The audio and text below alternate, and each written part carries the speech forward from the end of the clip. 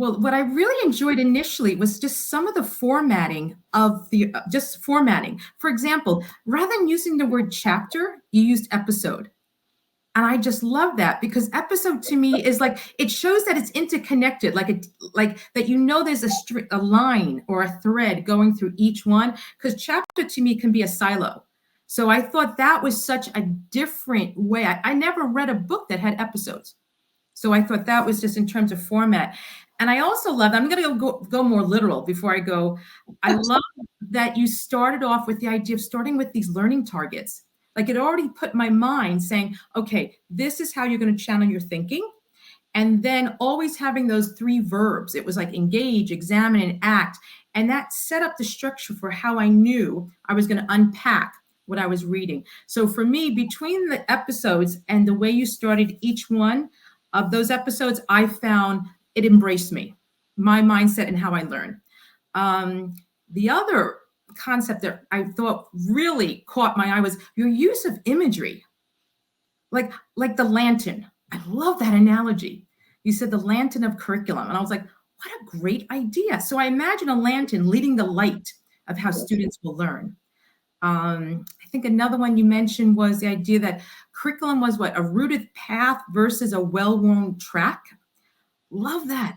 And I think all that imagery allowed me to really get into your mind of what you were thinking about when how you wrote the book. And I love imagery. I think it creates images in your mind. There's pictures in your mind that allows you to connect.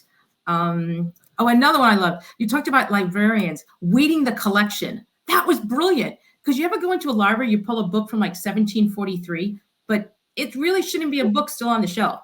So them literally looking and going through that process. So between the episodes and your imagery, I thought was brilliant. And it was a read that it resonated with me because of how you organize it, but then the terminology and how you organize that type of wording to allow, this one I love because I've done curriculum for not as long as you, but design amnesia, that you're just literally, that was brilliant.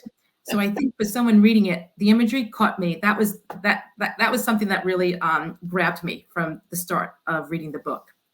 Nancy, I'm delighted.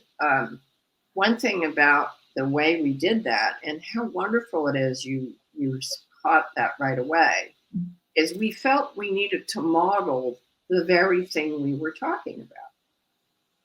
And if we're talking about curriculum as narrative and being deliberate in the storyboarding of it, then we needed to do that too.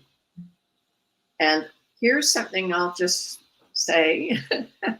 We wondered if ASCD would go along with this. I mean, they publish books, classically written and beautifully developed books with some very, don't get me wrong, far reaching ideas, but the style, the format, and they were keen on it. They liked it. They couldn't have been more supportive. So it was an opportunity for us to do the thing we were talking about, and I really appreciate your picking up on that.